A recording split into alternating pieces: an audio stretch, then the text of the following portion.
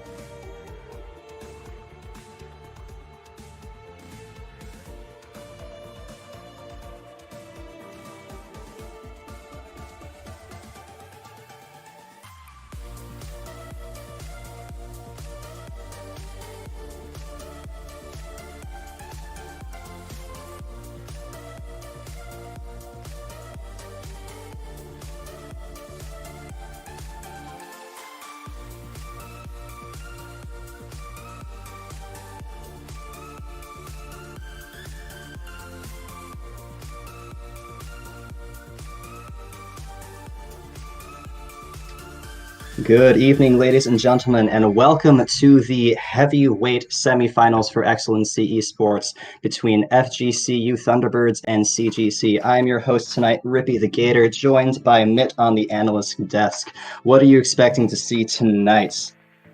So tonight, we got CGC versus FGCU. First seed, of course, CGC haven't dropped a single match this entire tournament. It's going to be really exciting to see if they can keep up their promise of not dropping a single match, and if they can keep that streak running here against FGCU. Now, on the flip side of the bracket, if you want to tune in over on Excellency Esports channel number 2, we do have the other semifinals game being broadcast, which would be FSU Garnet versus World Class Galaxy, which won last week against Akuma Glaives in a pretty big upset, a 2-0 there for WCO. So we got two big games happening tonight that are going to shake out the finals, but we do have our first and second seeds getting those buys automatically drafted into semis, two definitely preferred favorites. But that's not to say that FGCU can't make something magical happen here tonight and perhaps shake up what the finals are going to be for next week.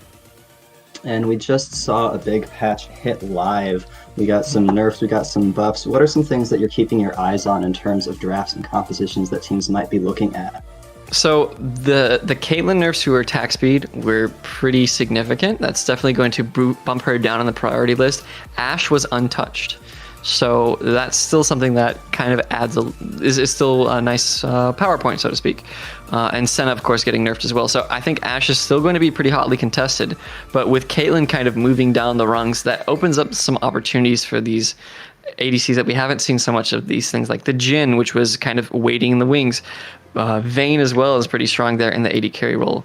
So those are some champions that I think are going to we might see more of tonight, especially Jhin. I think expect to see Jhin be a more hotly contested pick.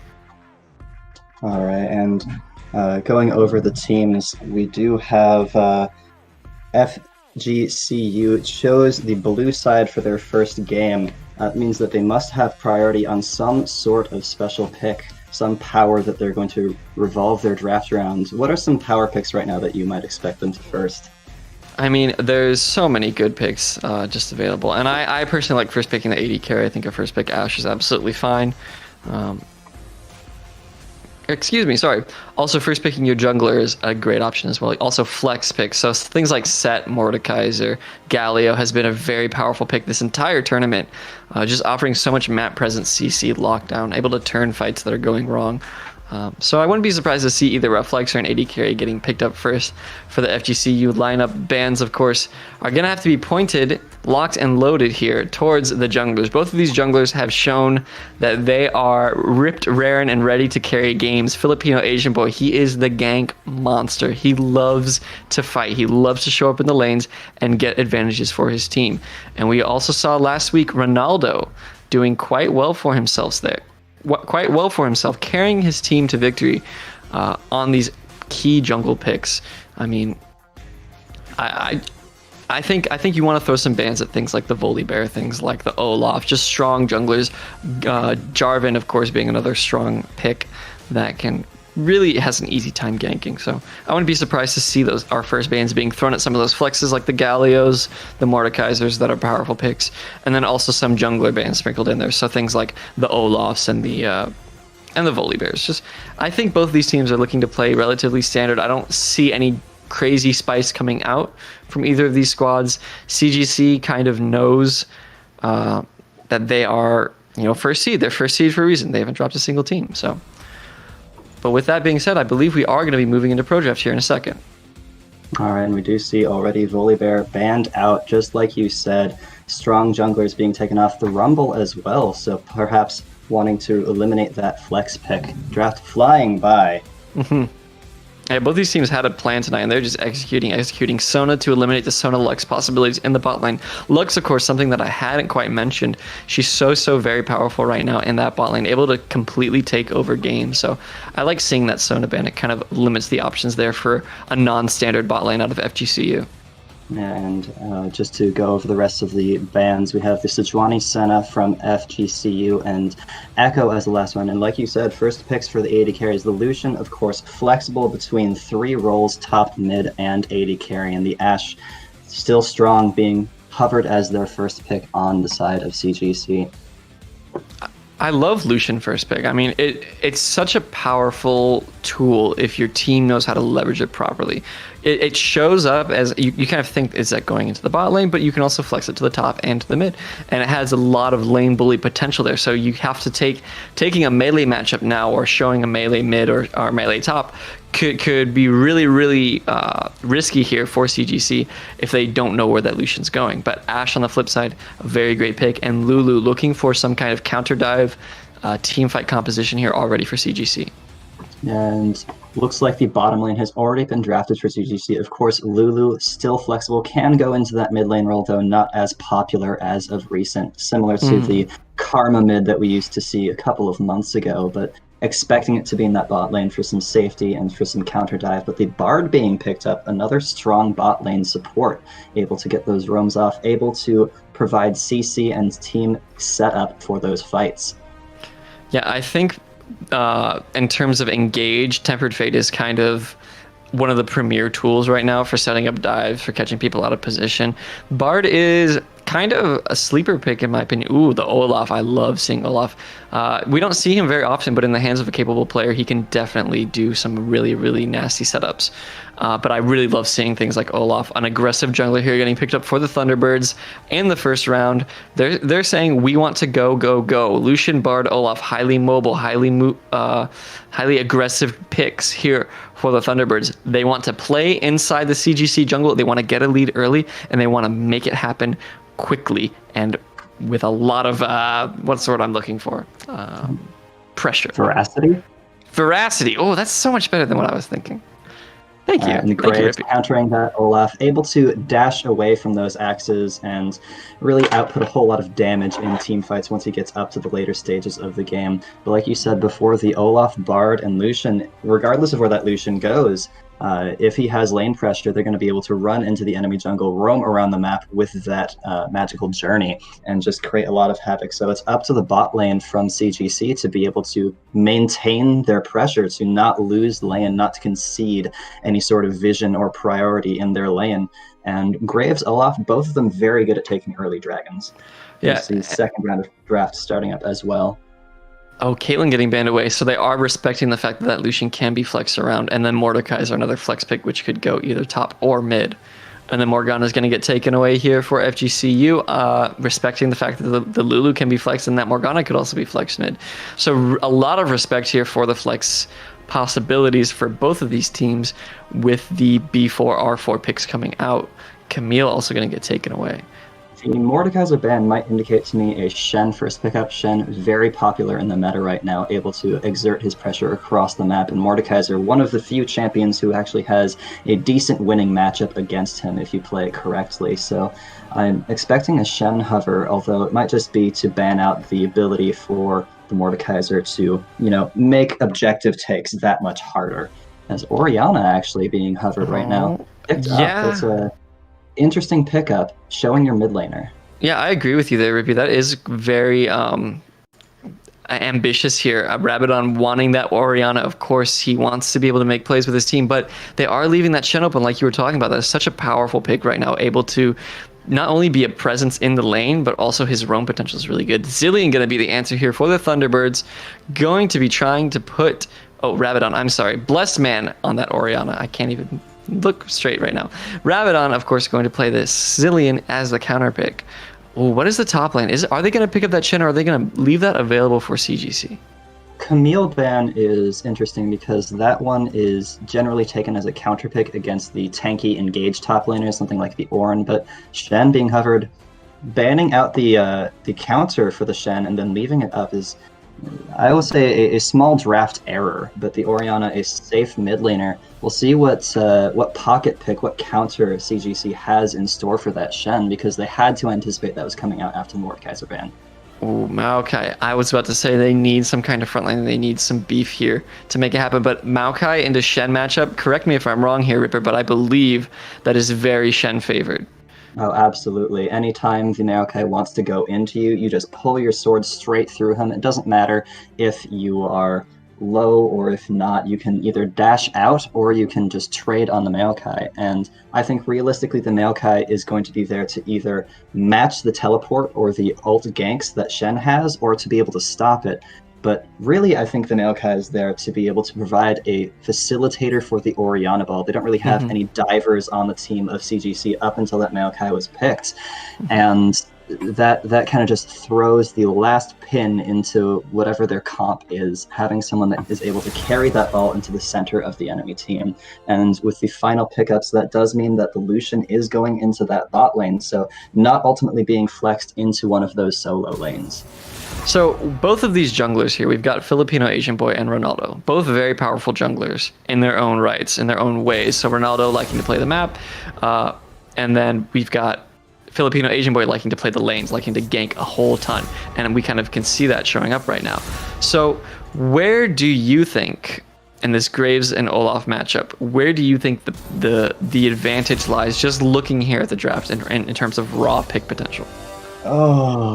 So Lucian Bard is a very aggressive lane. Lucian is a champion that wants to dash in, wants to get, if he goes for press the attack, which I'm hoping he does, if he wants to get that press the attack off, able to do it very quickly with the 1-2 taps from his passive.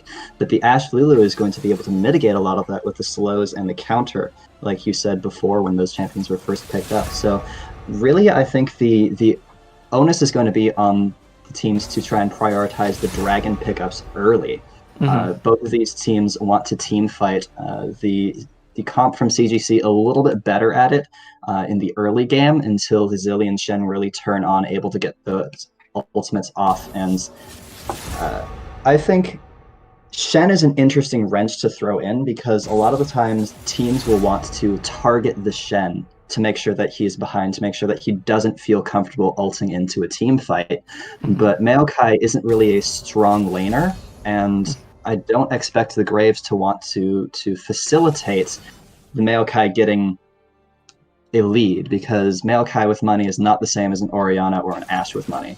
Yeah, I think if you are here for CGC playing that Graves on Filipino Asian Boy, you do want to put your attention more towards Ashe, towards Turtle, towards Blessed Man, Ashe in the bot lane, Blessed Man on that Orianna, of course. And now that I'm looking more at this draft, and I'm looking at the bans that came up, the Caitlyn ban, they felt like it was necessary. The Mordekaiser ban, they're hoping maybe for a mistake.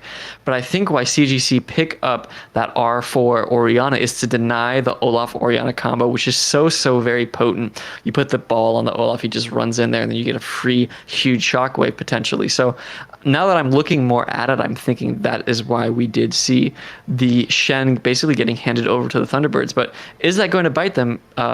Like you said, Maokai's kind of in a losing matchup, but you do want to focus that top lane Shen to make sure that he doesn't get out of hand. So, and if I'm looking at 2v2, I'm looking at Maokai Graves versus Olaf Shen.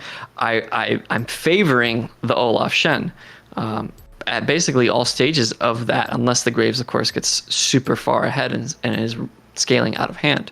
So, I really think this is going to be a very interesting game, regardless of how it goes. But I think that top lane is a little bit of a mishap there for CGC, and that could be potentially an exploitable weakness for FGC to get an early lead in this set. Yeah, we'll see whether the Shen is able to exert the pressure over Maokai. I do want to point out one last thing, that the Ashe Lulu, their level 6 is much scarier than the Lucian Bard is. Of course, Lucian Bard able to set up those dives with the Olaf, and if Zillion or the Shen come in as well, it really depends on the state of the map. But Ashe Arrow is, without cleanse, one of the freest kills that you can get in bot lane. If the jungler shows up, even if the Maokai TP comes down, even though he doesn't add a whole lot of damage, just the extra amount of CC that you can get from the Maokai is basically a guaranteed kill. And one thing that I want to also talk about in this bot lane, for FGCU, they have so many tools to facilitate that dive, like you were talking about in the bot lane. If they want to play that kind of Sal around Thomas and Sheeta Kane. I mean, Sheeta Kane, he is a great support. He's putting up some of the best stats in the entire league, even though they're seeded fourth. He has great peel, he has great assists, he has incredible kill participation in basically every single game that he plays. So he knows how to play support. He knows his role. So being able to facilitate these dives in the bot lane, like you were talking about, everybody has something that they can contribute. The Zillion, once he gets his AP going and is able to start roaming down there, the potential for 5-man, 4-man dives bot lane is not something that CGC can completely ignore. That threat is always present. All right, and it looks like the teams are just getting into that spectator delay right now. We're going to head to a short break and throw it over to the casters, Diatripa and Rude Dude. We'll be right back after a short spectator delay.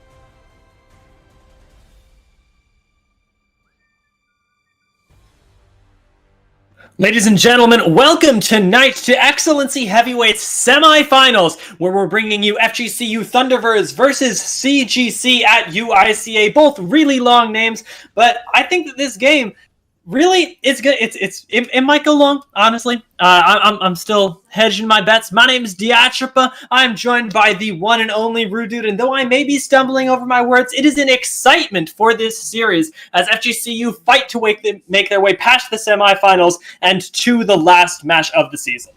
Yeah, exactly. And already, in case we'd forgotten what CGC looks like, the level 1 is no different from anything we've seen. Do we have two solo laners, Diatropa? I mean, we do. We definitely have two. The answer is yes. And have they picked up calls? They have. They really have. And now we can't really expect anything different from these guys, really. I mean, I think that the Cull top lane Pagoda is incredibly greedy, given that, as the analyst desk touched on, that this is a pretty rough matchup for the Maokai. So it's really going to be a case of, can Doran punish this greedy pick? or is Pagoda just going to be able to step up and pretty much consistently get gold and generate an advantage that way? Because, we're waiting maybe 10, 15 minutes or so, and then randomly, CGC are just going to have an influx of maybe 600, 700 gold. And that's going to be really scary, especially on CGC, as we may have... as our audience may remember, this is the first seed coming into this game, and they got a bye up until the semifinals. Haven't actually had to play a game in playoffs yet. This is their first one, and we all remember the very last game of the season, FSU versus CGC, the two top seeds, where CGC looked like they put on a master class, and I'm honestly expecting this game to be no different. It's already Ratchet and Turtle absolutely walking over this bot lane. Turtle has been my player to watch during this series. He goes absolutely insane when he's given space. Yeah, exactly. It's a story of different carries here as we look into these teams. You think that, for me, the Thunderbirds here, they've got Ronaldo on Olaf. It's probably out and out one of his most aggressive picks and definitely ones he's had the most success on. So I'm really looking to Ronaldo to make things happen in this early game on this Olaf. On the other side, I'm right there with you that I think Turtle, star carry for CGC, and I think they can, that with Lulu in the pocket, some proper spacing, as you say, with Maokai, that this Ashe can go huge. Yeah, she really can, and I'm looking forward to seeing how we play around the enabled carries from both sides. Obviously, as I mentioned, big fan of Turtle, very excited to see him play. But at the same time, you had brought up Ronaldo's Olaf, and oh my lord, that guy is massive. Just last week, in order to get into this game, he went 11-1-8 in a single game of a 2-0 against Booyah Exiles, where it felt like the game was just over at like the 15-20 minute mark. This guy was absolutely going insane, and this time going to be able to be enabled still by people like the Zilean Shen. You look at those picks and you go, are they for the Lucian? I think they're for the Olaf in this case. Yeah, you can make an argument for either of these carries to be enabled by the Zilean or the Shen, and you have just the same opportunity to split your resources here, because Olaf might only need one of those ultimates to keep himself safe. Typically, probably want to put your Shen on the Olaf so that the Olaf has a diving buddy. But if he kills the enemies faster than they can kill you, there's not necessarily a need for that Zilean ulti. And when we look across the other side here, not too much dive from CGC. So the backline here, I feel like Rabadon and Tomas might actually be a little bit safer than anticipated. It depends if they can keep their spacing from Pagoda and whether or not the shockwaves find their targets in the backline. Yeah, Tomas is really going to be able to dance around on the Lucian. A pick that we see weirdly infrequently in the bot lane is we're just seeing a little bit of trading in this early game. I want to touch very quickly on the fact that we haven't actually seen any action just yet, and both these teams pretty comfortable so far. Sort of scaling up, biding their time. Pagoda, though, it looks like I've caught it just at the right time. Gonna start a fight in the top lane, but Filipino Asian Boy's already walked into Ronaldo, who's quite low. They have vision on him in this brush if they want to continue the play, but first roam from the Zilean means that we are not going to get CGC starting first blood just yet. Yeah, exactly. Perfect point to mention there that, that 2 versus 2 on the top side felt like it was definitely going CGC's favor. Ronaldo out of mana entirely. But due to Rabadon's priority in the mid lane, the fact that he'd pushed in that wave meant that he had first roam and meant that the numbers advantage would have been in the favour of FGCU, meaning that obviously Filipino Asian Boy and Pagoda have to back off. They respect it, and wisely so. Yeah, gotta be careful in this bot lane, though, as holy lord. Turtle, he's not going to be taking any disrespect here paired with the Lulu, and as soon as Shada Kane misses that first Cosmic Binding, there's really nothing that Turtle has to be afraid of. Can just walk forward, and Ashe Lulu is one of those combinations that can just walk you down without anything you can really do about it. And we'll have to see how the bot lane starts to play around this, if you can really leave Lucian alone in this lane, as Shada Kane looks to make a roam. Yeah, and I think that, as we get more and more into this game here, 5 minutes doesn't seem like a large portion of time, but this is Olaf's go period, right? This is when he thrives and when he's the most successful. Really looking to him to get things done and get things going. Yes, he tried to look top lane, but it was matched by Filipino Asian Boy. And I can see them stancing around in the river as though something might happen. But, we're 6 minutes in, right? And CGC, the ones who have Dragon priority, this isn't how this early game should be going. No, it really isn't. It's been really nice wave management from CGC to get them to this point. It's just now that FGCU is managing to roam, but the back channel from Pagoda means that he's going to be able to buy and teleport into this fight if need be. This should be Dragon going in favor of CGC. The double bomb lands on a Filipino Asian boy, but it is Graves who walks away with the first Dragon of the game. CGC have an Infernal under their belt. Absolutely massive, because the power of Olaf drops off the cliff, as we all know. About 25 minutes into the game, this Olaf really doesn't become much of a champion and just gets kited so easily, even with the Ragnarok available. Just the amount of damage that he takes is so incredibly large that he doesn't have the chance to get into the backline, only just dies on his route in. And, 4 times 5, that's 4 Drake spawns and 4 Drake takes. That's the Infernal Soul that you want. That's what you pick Olaf for, is to get that Infernal Soul, so that at some point you hope that he's not going to fall off. But Turtle might just go in here. Yeah, Tomas in a lot of trouble as Shada Kane really has no options. So many slows coming out of Turtle here. Ratchet flashes forward. Exhaust going to be used as in the top lane we're seeing Doran and Ronaldo potentially starting to fight. Pagoda is going to use the twisted advance to try and get out of here. Flash away from the Olaf should mean that he gets out alive, but that's going to be a flashless top laner now, and Maokai suffering just a little bit in this matchup as the Olaf comes up to join him. Yeah, so overall, 2 flashes burned from CGC here. The Ratchet flash without the ignite felt a little bit forced for me. If you're going to flash in and try and deal the killer damage, you probably want the ignite to go for that. The exhaust was used as a slowing tool, but wasn't enough to get Turtle back in range. So overall on the play, FGCU do come out ahead. Obviously, looking at it, there's a slight 500 gold lead for CGC at the beginning, and most of that is going to come from the mid and bot lane, right? 10 CS lead on the Ori, 10 CS lead on the Ashe, and they get the recall, get the BF sword. At the minute, bot lane's pretty much evenly matched, because as you both go back, get the BF sword, then you're both pretty happy. But we have to keep a track of, once again, these culls. Turtle went back on one of his first recalls, got a cull pretty quickly, pretty early on, and now with 3 of them getting stacked up, one on all 3 of the carries, CGC, they're in a great position to, like I say, in about 5-10 minutes or so, get a quick spike of gold, and then they'll probably be able to fight around the second Drake as well.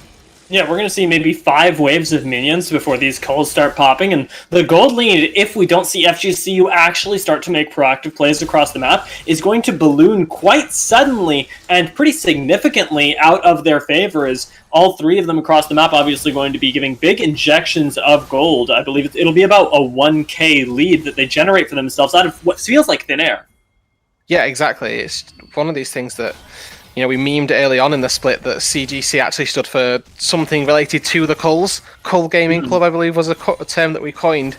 But, they're picking these up and they're not being punished. We talked about we wanted to see top lane punish a little bit harder, or see if Doran could do it. We're looking now 9 minutes into the game, and they're even on CS in the top lane. Yes, you burned flash from one gank on Ronaldo, but nothing else has happened up there. And even now, we could see, maybe a little bit of a fight here. Yeah, Ratchet is flashless now, and a Tempered Fate is going to catch him out.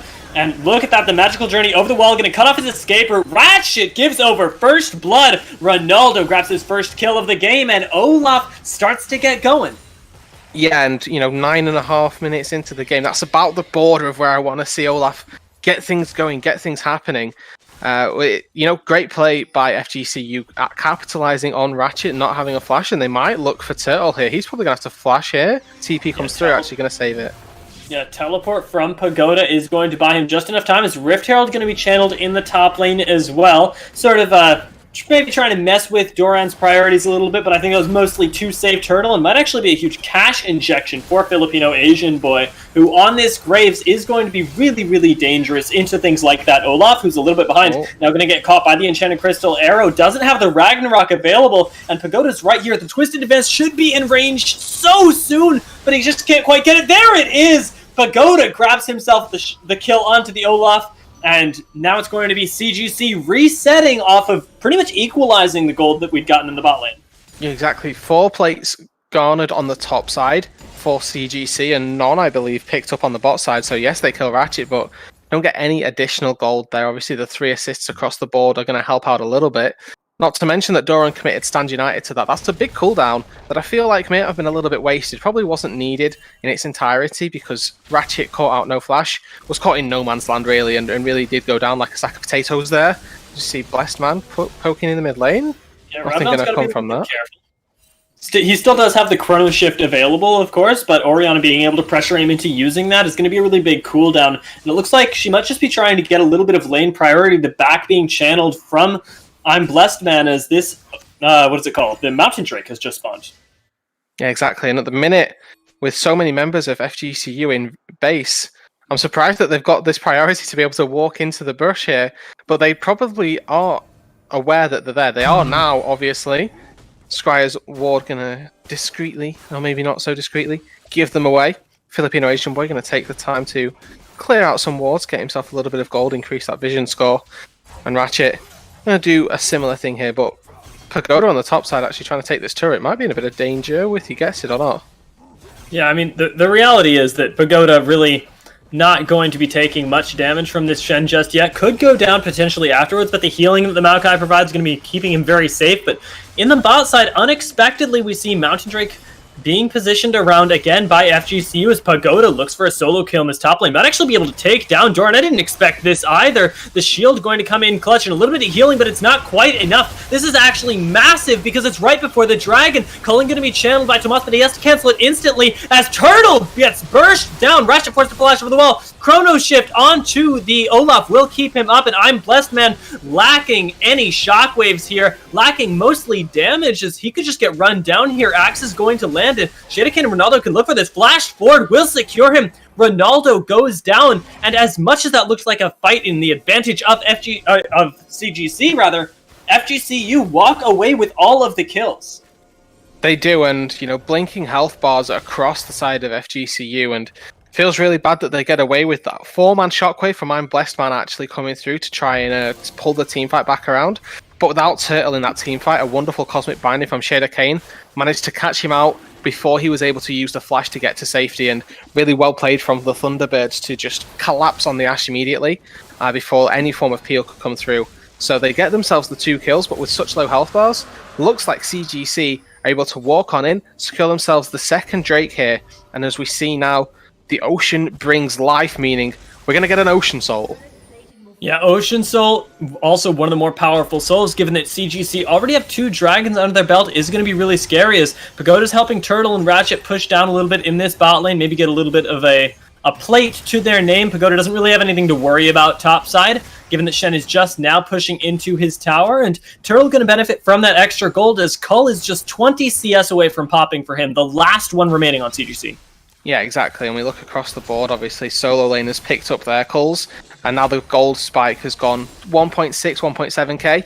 And yes, obviously the majority of that is going to have come from the fact that Pagoda actually finished up the entire top turret on his own, so got 1 plate gold, and then also the solo turret gold on top of that. 610 gold for himself was a large cash injection, along with the fact that he completed the cull as well.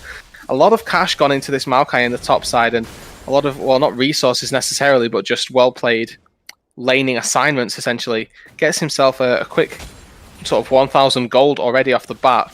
And now we're looking 14.5 minutes in here. We're just sort of waiting around now. Ocean Drake not up for a while. And for me, FGCU, their clock is ticking right now because, yes, they're already behind in gold, but their Olaf and their Lucian are going to be 2 champions that don't do the same as Ashe and as Graves do in the late game. Yes, Lucian's going for this critical strike build, which does scale a lot better than typically the Blade of the Ruin King style build. But here we go, might see Pagoda caught out actually. Yeah, Pagoda, while he is tanky, is going to have to use the Nature's Grasp to maybe get out of this, but he decides to turn and fight. Doesn't have any backup from his team just yet. Flash forced out of him by Doran's taunt. Tempered Fate going to miss now, and Pagoda goes right back in, taking down the Bard with Filipino Asian Boy. Gonna be his life traded for that one as I'm Blessed Man now maybe in a little bit of trouble as well, but it is the 2v4 from CGC, zoning FGCU out of the river, as in the top side, Disaster is really striking for them. Turtle's getting free farm on this Ashe with Lulu, and they're just being cornered by 3 members.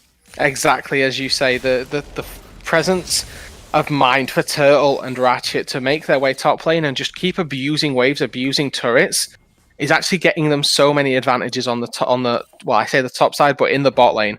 Turtle, down in CS, mind you, is getting ability to catch up and use the free time in a side lane to get himself a little bit more gold. And the main important part of that is obviously the fact that in a 3v5 essentially, they trade 1 for 1. CGC coming out even in that situation is obviously great, but this Rift L's getting started and TP's coming through. I can see a fight. Pagoda just does not stop. Channels the teleport and goes over the wall with the twisted advance. He leaves Turtle all alone, though, and now has to be a little bit careful. I think he's pretty tanky, though. Should be able to survive this one. Tomas gets blown up instantly, and I'm Blessed Man is in a little bit of trouble dealing with Doran, but it is not nearly as big of a problem as Pagoda is in the backline. We see Filipino Asian Boy. He takes down Rabadon, but it is just for now. The Chrono Shift going to bring him back up. Tomas going to be the one that manages, oh my lord, is down already. Ronaldo now should be the final kill here. I'm Blessed Man tries to get the last auto. It is in fact the smoke screen from Filipino Asian Boy. And again, I'm getting mixed up and I hate it, but it's just too much. I'm too excited. Yeah, this really is just a difference in how tanky these top laners are. Yes, the items look very similar, but what the champions are doing is so much more. Obviously, we've got Pagoda here, level 11 on the Maokai, has a lot of MR from the Spectre's Cowl and the Mercury Treads, and obviously this fully completed Sunfire Cape. And you have to look across the side of the Thunderbirds here. Yes, this Olaf has now got a Black Cleaver and the Warrior enchant, but he doesn't want to spend his time whacking away at this tree here, trying to cut down the Maokai. So that leaves the damage priorities onto Tomas and onto Rabadon. Zilean, not a prolific tank killer by any means. And Zilean, as I mentioned, might find Blessed Man here. I'm Blessed Man is well and truly dead unless a miracle were to occur. Nice shockwave onto 3. Isn't going to be quite enough, though. Is going to go down in the end. Finds himself at 1, 2, and 3. Not the silent success we've seen from his Orianna before, but the shockwaves are going to continue to land. And Filipino Asian Boy well enough ahead that he's going to be able to mitigate a lot of that damage. Yeah, a little bit of an overextension there from I'm Blessed Man. Something that we're not too happy about, but either way, the state of the game doesn't ultimately change too much off of the back of that kill. Still have CGC with a 5,000 gold lead here, 18 minutes into the game, and about this composition that we've talked about being an early game comp that we wanted to see win from FGCU rather. This isn't where they wanted to be, and really is going to have to be a real big miracle pulled out of the hat in order for them to start turning this game back around and then close it out. Yeah, the miracle could start with this Drake, though, but Ronaldo going to be caught out a little bit. They're trying to make him force the burn the Ragnarok early, and there it is. Additionally, they get the ultimate from the Shen for really nothing, and FGC, you have to start the fight now with so much invested. Doran is already so chunked, though, in Nature's Grasp, going to root up so many members. This is the perfect time for a Shockwave to be used, but we haven't managed to see one yet. Pagoda is just being a monster here, and there's the Shockwave, catches Shada Kane. He goes down, going to be traded back by Tomas onto the Lulu, but now it is Doran who is the next sacrificial land. Blinking health bar for Filipino Asian Boy has to be concerned here around this dragon, but Rabadon, no ult here. Tomas is going to be the one really chasing them down around this dragon. Flashes forward onto I'm Blessed Man. That Archangel staff buying crucial seconds for him, and they can just continue to position right around this dragon, keep the pressure up, because look at the minions in the mid lane. Yeah, this was a incredibly, well, I'd say well-played team fight from FGCU here. And honestly, Rabadon, the absolute MVP, I'm holding with bated breath as I don't think we're quite over here, but Rabadon landing multiple multi-man stuns in that team fight, really saving the team fight for FGCU. Looks like Ronaldo's probably going to have to concede this one with Blessed Man standing guard. You can't just walk straight through this, and Shada Kane really the only one who could steal the dragon, but the third Drake goes over ultimately to Filipino Asian Boy. No way to get on top of the Graves, even if his health bar is so low. Yeah, and with that Drake going over now, CGC are just laughing at this minute because they just wait 5 minutes now. They're going to sit, they're going to pick up waves, play mid lane ping pong, and then just push waves back and forth on the side lanes as well. Wait for another 5 minutes, come back even stronger with more resources, and then secure the Ocean Soul. And once the Ocean Soul's been picked up, it feels like it really should be curtains for FGCU in this first game. They've picked themselves an early game's transitional comp, and they've not been able to execute on it. That being said, though, so many crucial ultimates. Ooh, Shada Kane almost going down here, and I'm Blessed Man actually picks up a kill. I didn't think he had the damage for that one, but surprising everyone as Shada Kane goes down. Tomas has to be careful, dashes in a straight line, but by the very miracle, manages to save his own life, and that looked a little bit questionable. Hitboxes a little bit odd there, but it is going to be Tomas walking away with his life, and CGC denied a pick, which is overall the win for FGC. It is, and obviously they get to burn the Ashe ultimate in exchange for that as well, but Ronaldo caught. Gonna get himself away. is really the only one that needs to be careful here, but Filipino Asian Boy, actually surprisingly quick, is just running straight onto Rabadon. Again, wants to try and bait out the cooldown of the Chrono Shift, and I think that this is something that CGC have done really well this game overall. Ronaldo now, again, has to be careful. Polymorph going to be used on him, should be able to get out of here, but we've seen CGC time after time be able to force out crucial ultimates before the fight can well and truly begin. Yeah, exactly. And if they're able to do so, then they are netting themselves these massive team fight advantages. We saw it around that Drake that occurred just a few moments ago. The Ragnarok and Stand United burned before the fight even was fully engaged. So the team fighting really wasn't too easy for them. Obviously, as I mentioned, the Rabadon, though, on the Zillion really did show up huge for the Thunderbirds, making it a little bit easier for them to win a fight. And Pagoda going to go for the turret, just going to walk away. I think he could. He heals up back to essentially full, and no real ability for Doran to punish him means that it's just a waiting game. I think this is what we will commonly call the war of attrition, that Maokai will eventually win, as Doran can't really stand up to him at this point in the game. No, not at this point, with mixed damage resistances, I suppose, with the Spirit Visage and the Sunfire fully built up for him now. He's feeling incredibly confident to try and throw hands with this Shen and take the duel to him, because as you mentioned, with no anti-healing as well on the Shen, which isn't something that you obviously typically see, so it would be a diversity from his standard build path, but without it in his build, means it's incredibly difficult for him to cut through the Maokai, because as soon as the Maokai gets a passive proc, just heals up for, as we saw right there, about 500 HP, which probably takes Shen maybe 3-4 seconds to deal to the Maokai, which in a battle of tanks, it's quite a while.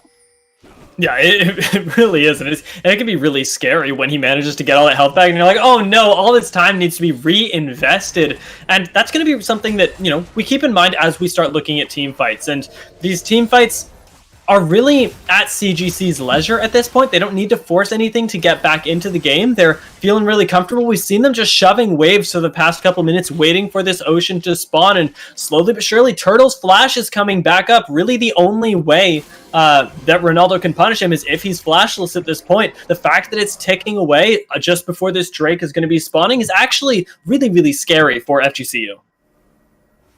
Yeah, exactly, and it's exactly as we mentioned, wasn't it, that CGC don't need to do anything. They're laughing right now because they have the better scaling composition. They have 3 Drakes to their name as well. They just need to sit and wait and get themselves the soul.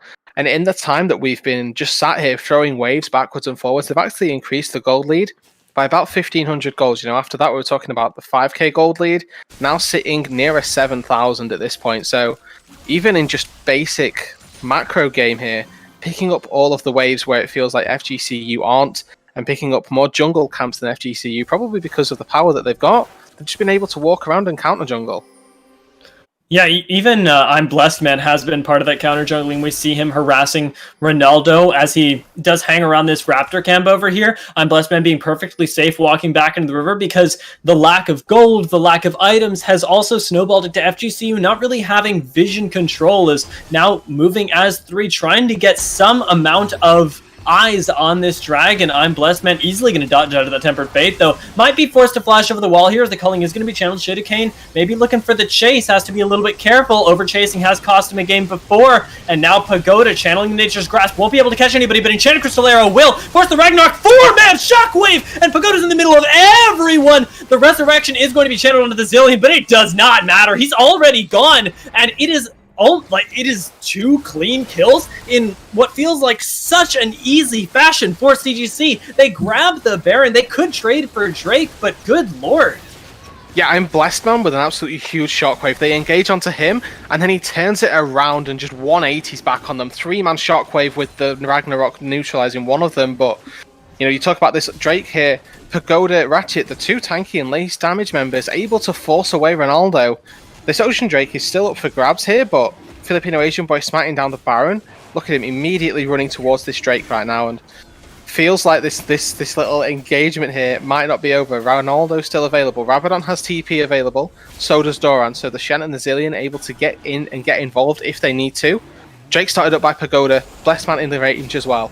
Ronaldo has got to steal this. They don't see him, but if he steals it, he's dead. Now he's going to be spotted, though. Control Ward goes down, and he almost dies. Forced to Ragnarok and Flash over the wall. There's no way for him to get in at this point. Enchanted Crystal Arrow going to pick off Shadowcane, perhaps Chrono Shift can be used on him, but Pagoda decides it's time to fight, jumps into the middle of, again, 4 members, Shada Kane, this time melting down. The dragon has already been picked up in the meantime, and Turtle and Pagoda are really walking for the slows, the roots. They're too much. Nature's Grasp going to slow up Rabadon. He gets taken down.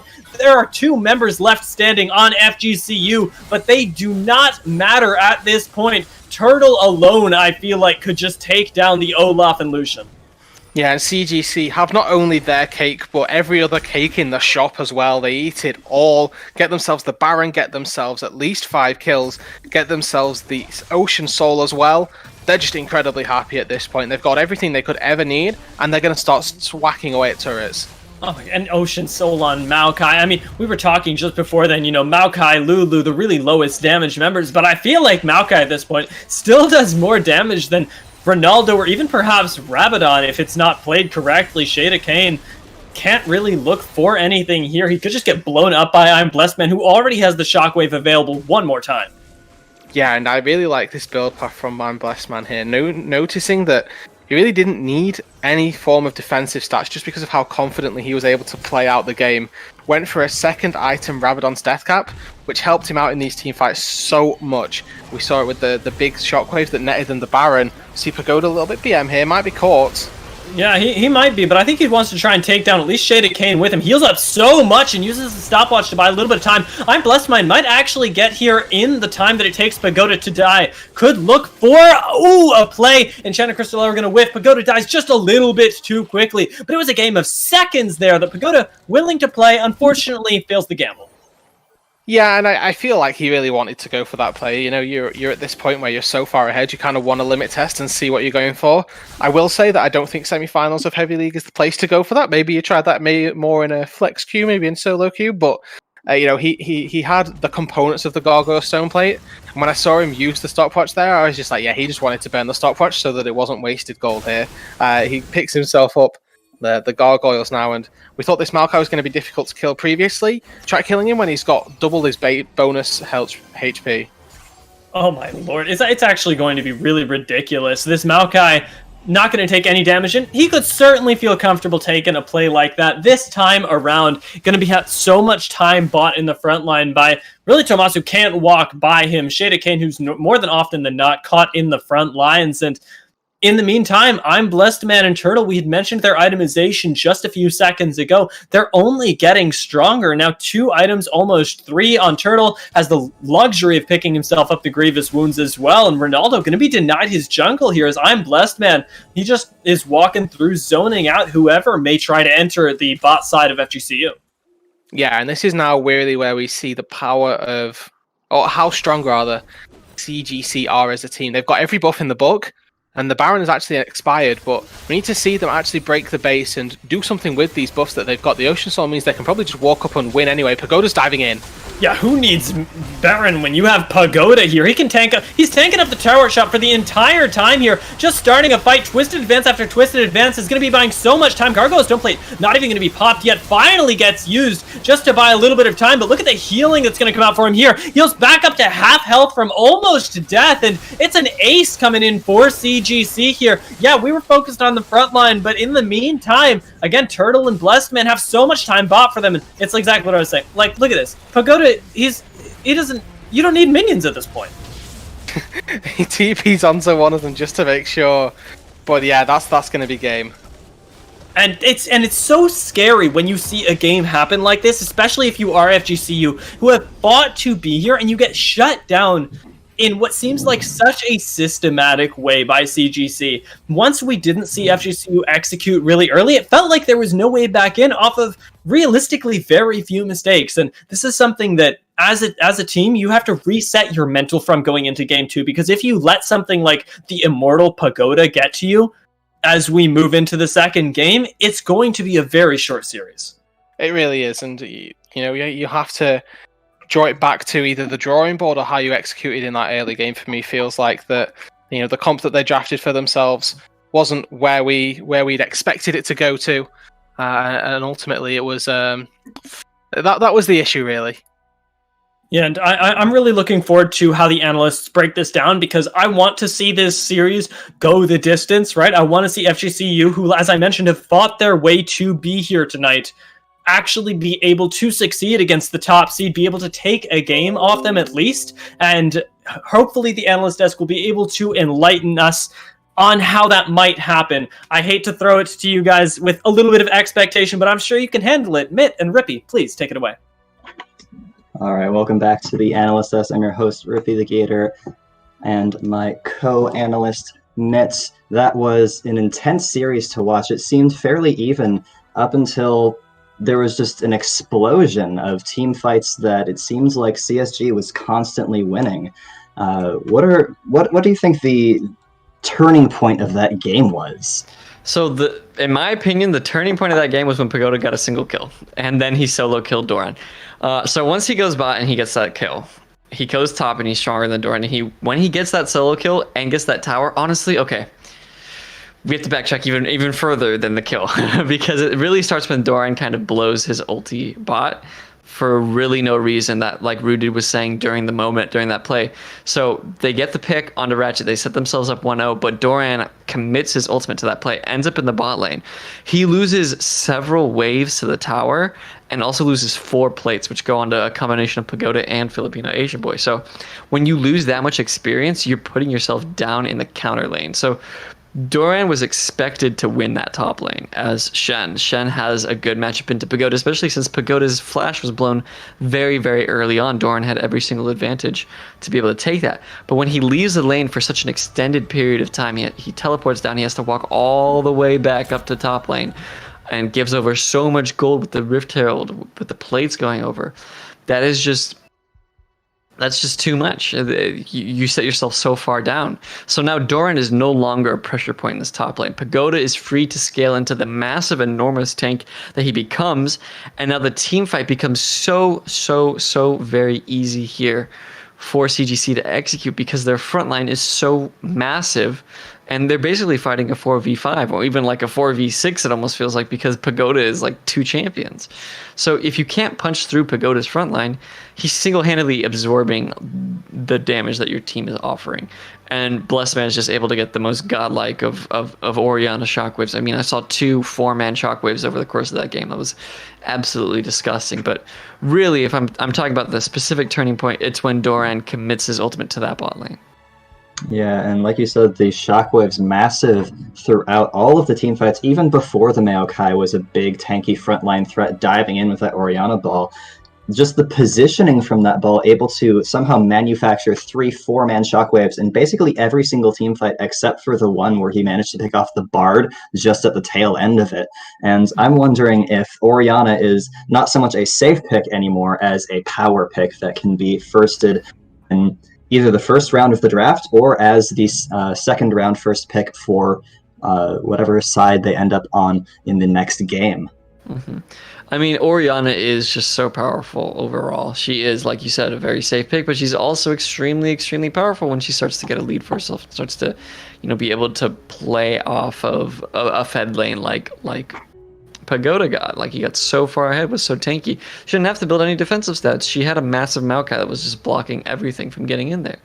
So it's just kind of she's free to build a death cap second item. Like, that's disgusting. But I want to talk about how CGC's macro, like, it was almost like their lane assignments were perfect. Everybody was gaining gold. Everybody was getting the resources that they needed in order to scale into the late game.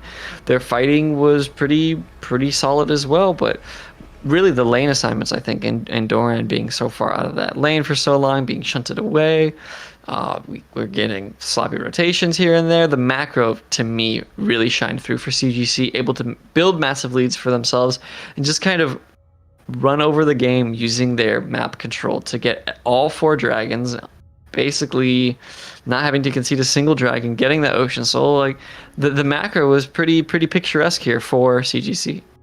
Yeah, and they had incredible vision control throughout the mid game as well. Once they got that lead, they just put control wards all through that river. They didn't just dominate one side of the map, they dominated both sides in terms of vision. And so FGCU never felt comfortable walking forward. They couldn't respond to the rotations from CGC because they couldn't see them.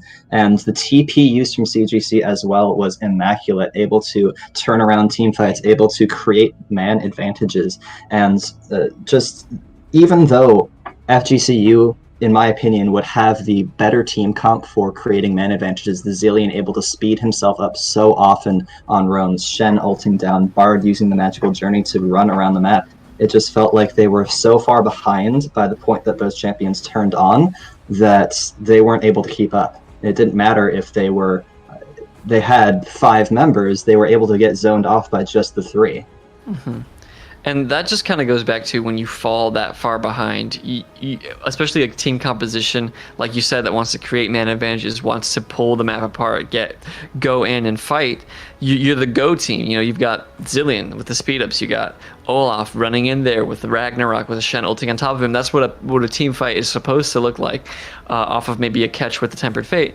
But when you're far behind, you can't go. You have to wait for your opponent to make a mistake. You have to wait for a pick, and you don't have very many good pick tools besides like a Tempered Fate, you know. But we are going to be moving into this next game here in a second, I believe. Yeah. Correct? What sort of changes do you expect either team to make in terms of either bans or their play style? Because that is, as Diatriba said, something that you need to mental reset off of. You can't let the first game get to you and just get snowballed onto the second game. You need to have a strategy. You need to have a second game strategy. And we do see CGC on the blue side this time, so not going to be able to power pick that first Lucian like they did in the last game. Yeah, I think when it comes to changes, it's really just calm down. I think FGC, they need to relax a little bit, not be so jumpy, not pull the trigger, and think about playing the game. Just play the game. Just treat it like it were any other game. You know what you need to do. You're high-ranked players. You've played this game before. Don't fall behind as individuals, and make this an actual game. Because if you get too jumpy, you start throwing everything in the kitchen sink on one play, you have to understand that it's going to get answered on the other side of the map. And if the answer is stronger than what you're able to commit and do, then you're going to fall behind. So I really, really think that if you are the side of FGC, it's calm down. You can draft another composition that is similar to this. I like the draft. I think that was fine. I don't think there was issue with the draft. I think the issue becomes not playing the map properly and over-rotating, over-committing to plays. All right, so no issues with drafts from either team. Is there something that you expect CGC to prioritize this time around based on how last game went? Something that they think went especially well that they want to guarantee for themselves? I mean, I'm looking here at CGC's lineup, and the Pagoda on Maokai, he just absolutely performed. But I don't think that's something that you're like, oh my gosh, we need to get another Maokai in here. I don't think that's something that it seemed more like a situational type thing that Pagoda took a huge advantage of. But we are heading into a draft here in a second, so we are going to be able to see. But I really think Olaf is going to be one of those picks that we need to watch. All right, and so far, mirror bans from the first draft. We see the Volibear and the Rumble coming out. If the drafts are the same, we will see the Sona come out from CGC. We'll find out in just a second. And again, priority on the jungle picks. Like you said in the first draft, both these junglers want to run straight into the enemy team. And again, more mirroring. I think handing over Olaf here is questionable. For FGC, they're either handing over the Olaf or the Ashe, both of which are kind of scary. I think if you're going to commit to banning two junglers, you might as well go all the way and get rid of all the really good options that are going to get first picked away. So I think CGC are going to pick. Oh, Ezreal. Ooh, okay, Ezreal priority. That does either force FGCU to, if they want to go for it, to pick away the Yuumi, or threaten to have an extreme high roam champion that can just get out of the lane, since Yuumi, not really known for her ability to walk around the map and influence any sort of fights anywhere else other than on that AD carry. Vayne. Whoa, I did not see that one coming. That's some big energy coming out of Thomas right now. Tomas, president, picking up the Vayne here for the Thunderbirds. I think that is very, very ambitious. What is going to be the next pick here? I would have liked to see like an Ashe Olaf, something a little more standard. And Hecarim being considered, but back to that Vayne pick, you really want to be able to control the lane with your support with a Vayne. Vayne very weak early until she gets a couple of items, and if you draft your support early, then CGC can just counter it with something that will either run over the lane or can play safer. And we do have the option for the Ezreal Yuumi now, as we see what's being considered. But what do you think should be paired with that Vayne? I would like to see something like with catch, honestly, or even just something that scales as well as the Vayne does, like the Yuumi. You're gonna have a slow lane here. I don't think Pyke is the right call into a Vayne. Pyke can be very difficult to play into a Vayne if the Vayne is playing properly. She can tumble out of the hooks and the dashes and all that. Orianna is another priority pick here for CGC. So like you were saying earlier, Rippy, that Orianna is becoming a priority pick now for CGC. They love the way that played. Perhaps worried that it's going to be banned away first round in the second part of bans. And the Orianna Zilean matchup, I didn't quite like the way that played out last game. Zilean felt a little bit lackluster, didn't have the ability to push the lane, and really once the game state got into a negative side for FGCU, the Zilean was using the ults to get out of team fights and then dying anyway. Yeah. I mean, this could just be a case here of FGCU wanting to say, pony go fast, Hecarim, just get in there, make it happen. But it seems a little cheesy for, your tournament life on the line here. You're down 0-1. And I agree. I don't think the Zilean was lane dominant enough against the Orianna to really be something that you... Excuse me. That you R3 here as a counter. I just... I have some questions, some reservations here for the Zilean, but perhaps if they don't fall so far behind, we can see some usage out of the Zilean pick here for the Thunderbirds for Rabadon. The alternative is that might be a Zilean support, so possibly holding a flex in that third pick. As we do see the Maokai being banned out from FGCU, not wanting to deal with that again, and the Mordekais are once again from CGC, so perhaps not wanting to just play against that champion, but that does put onus on a Shen again, and Pantheon being considered as the support, most likely. Yeah, that is still a flex. It could go top, it could go mid. Zilean, of course, can go mid, can go support, so we don't know where everything is currently sitting right yet, but Pantheon is looking like it could be a support. With a Vayne, you do get some lane dominance, you get some pressure back into that lane. And I do like how that lane could potentially shake out Ezreal Pyke versus Pantheon Vayne. I think that Pantheon and Vayne have a little bit more kill pressure, but I'm not 100% certain on that one. We'll have to see how it all goes down, but Olaf going to be picked up for CGC. Olaf Orianna, that is a dream come true for the CGC lineup.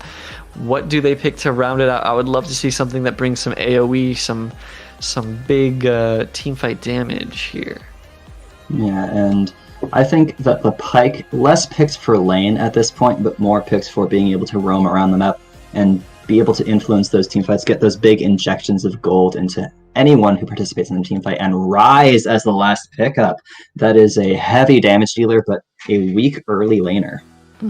That looks like scaling late game insurance to me, and it has a decent matchup into the Pantheon if it does go top. But Malphite is going to be hovered here for FGCU, and it is going to get locked in. So there's a little bit of a weird composition coming out here for FGCU. Some people are saying, hey, we want a team fight. Some people are saying, hey, we want to pick and roam. Other people are saying, hey, we want to counter engage. Whereas for CGC, it's looking like a run-at-you skirmishing composition. Olaf and Pyke can group up in the early to mid-game, get advantages for themselves. Whereas late game, you have the Rise Insurance plus the Olaf-Orianna ball combo, and the Ezreal, who is going to scale very nicely into the late game. In terms of drafts, I think just in terms of clarity of purpose, I'm going to give the edge over to CGC. Yeah, one thing I do worry about, though, is the amount of magic damage coming out from CGC.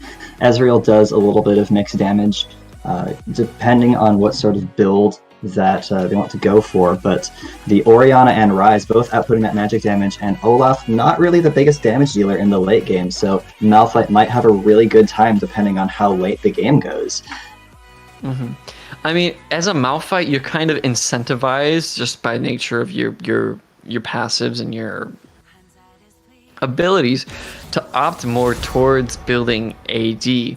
So if you are forced to build some of that, some AP, like maybe an Abyssal Mask or a Spirit Visage or something along those lines, then you are moving away from building the 2 or 3 armor items that you want to be building as a Malphite to be able to just stay in the fight forever and be able to do ground pounds with decent amounts of damage.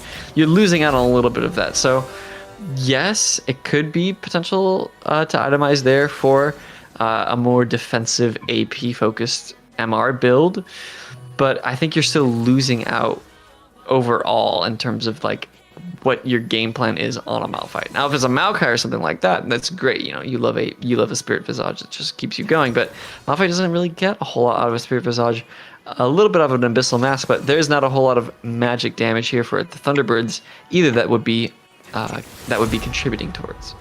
That's very true. It is possible that the Malphite goes for that one-shot missile build, but unlikely considering the stakes at play. And Zilean, again, in the mid lane, going to be facilitating the Vayne and the Hecarim. I expect there to be long team fights because the Zilean res is coming up. The Malphite and the Pantheon able to jump in, followed by the Hecarim. It's going to be quick, decisive engage coming out from FGCU, and it's going to be up to CGC to, again, Orianna needs that ball to be running into the enemy team. The Pyke and the Ezreal need to somehow disengage Ryze, either kiting forward or back, depending on how the team fight goes. Yeah, it can be really difficult here for Vayne to navigate these fights. Vayne traditionally wants to pop R, start stealthing in and out, popping in, doing a couple autos, popping out, doing a couple autos. But with an Olaf running at you, Orianna ball threat, Pyke AoE coming down, and Ezreal able to disengage quite easily, it can be really hard for Vayne to actually get the 1v9 that she wants to be doing in these fights off.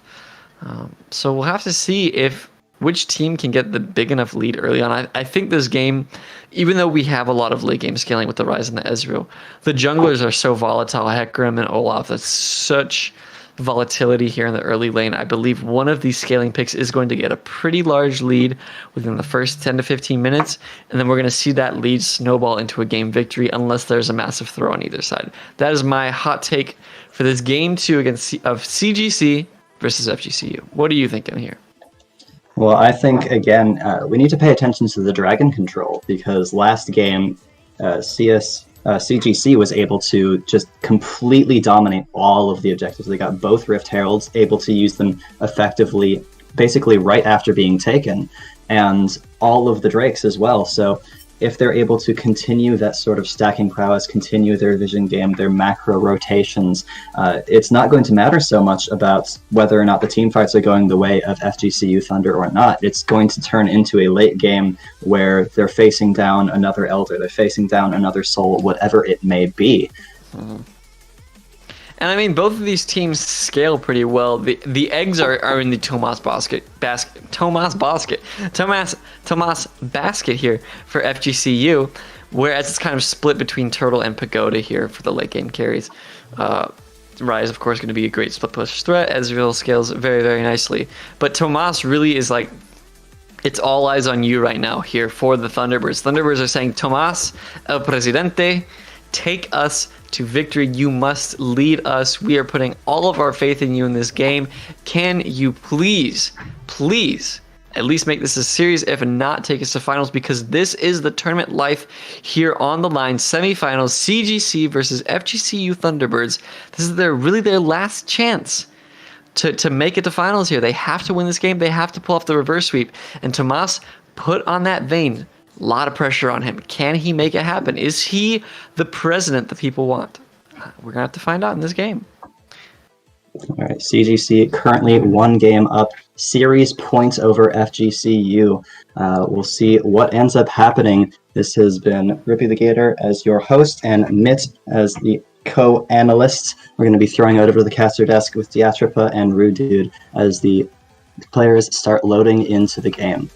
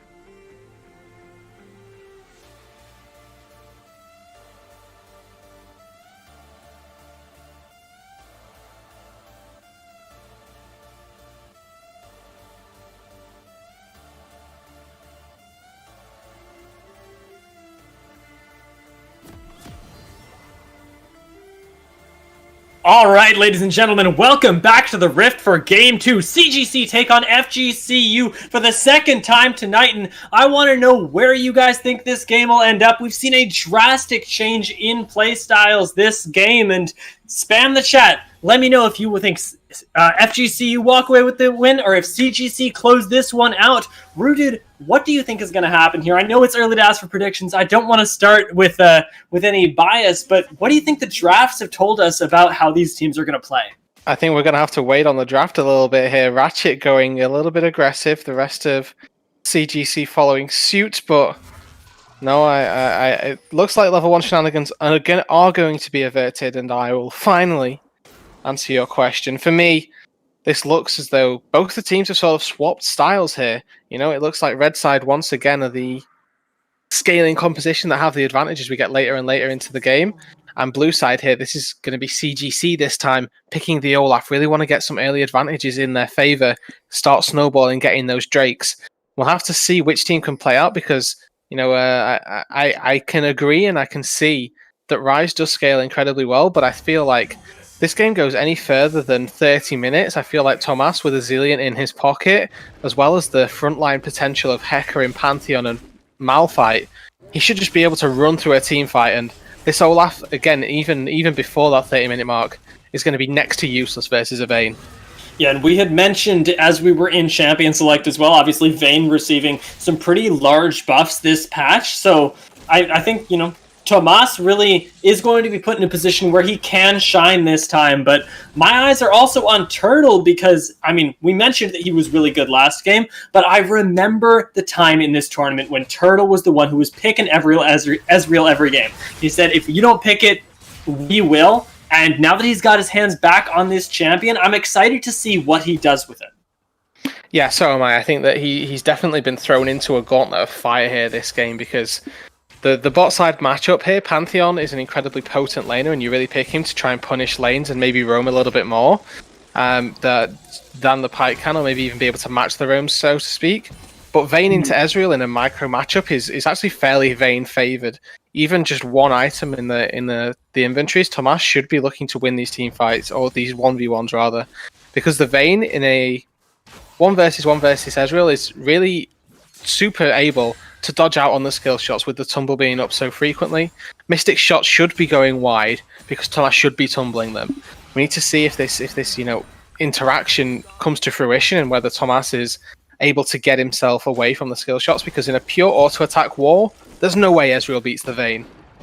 Yeah, because so much of his damage, as you mentioned, is on those Mystic shots, and Vayne is going to feel really comfortable against that. And I mean, as we start looking at this topside matchup as well, this is a matchup that we don't manage to see too often. Ryze falling a little bit out of meta, and I'm sort of curious how this is going to play out. Pagoda into Doran here was also a really crucial matchup, even if it was silently last game, and now that he's got his hands on the Ryze, won't have the same agency that he did on Maokai. Yeah, I think Mitt did a really good job at highlighting how well Pagoda actually was a really superstar carry from CGC here, and now he's got his hands on a traditional carry style champion.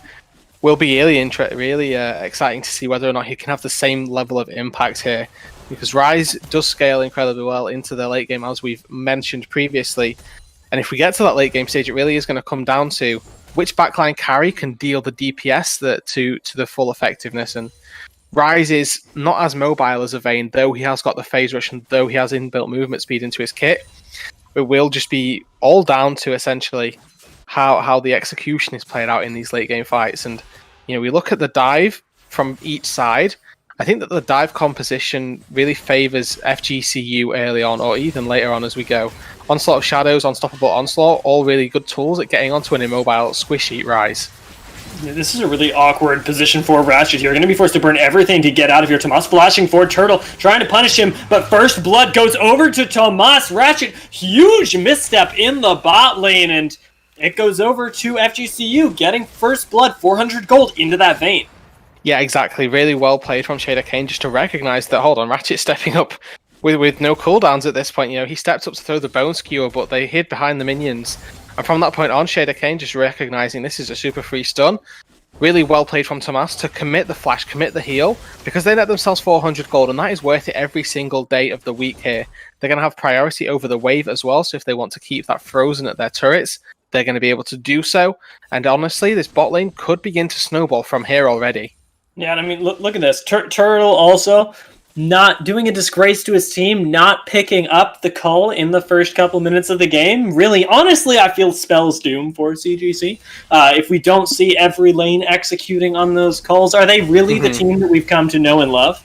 No, I agree. I mean, memes aside, the Ezreal needs, or it doesn't necessarily need the cull, but so often you'll see just cull tier purchases picked up by Ezreals if they've had a somewhat rough lane, or even feel like that's just a good place to go because it enables the scaling to come through.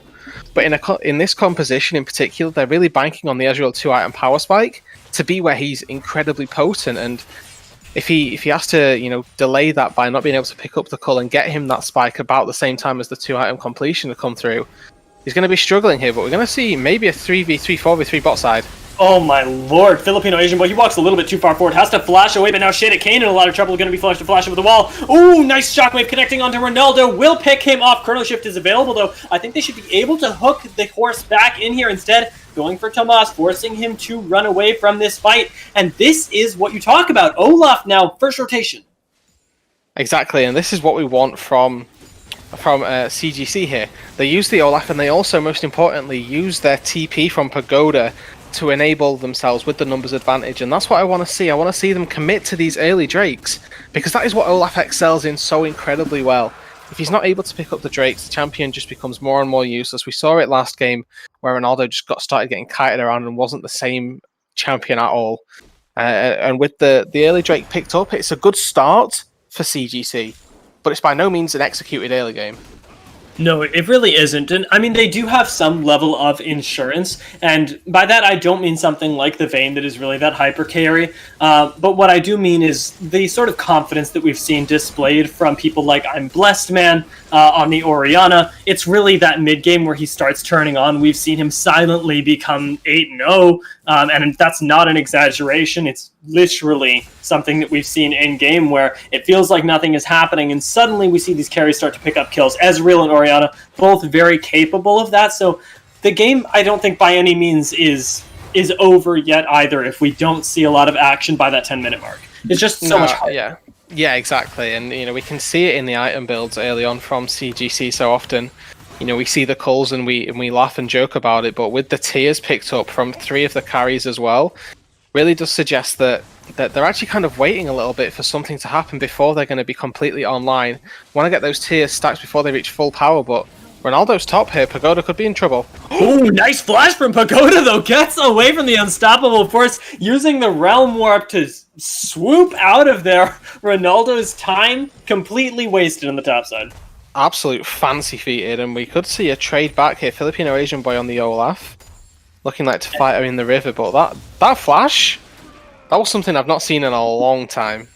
It was actually really beautiful. I was like, oh my god, it happened. It takes me back to when Rises used to, the common Rise players walk out of the Realm Warp and then flash back in at the last second. And takes you back to Season 8, I believe, where Rise had just stopwatch ulti and there was no counterplay and he'd just get away for free, which was very, very triggering.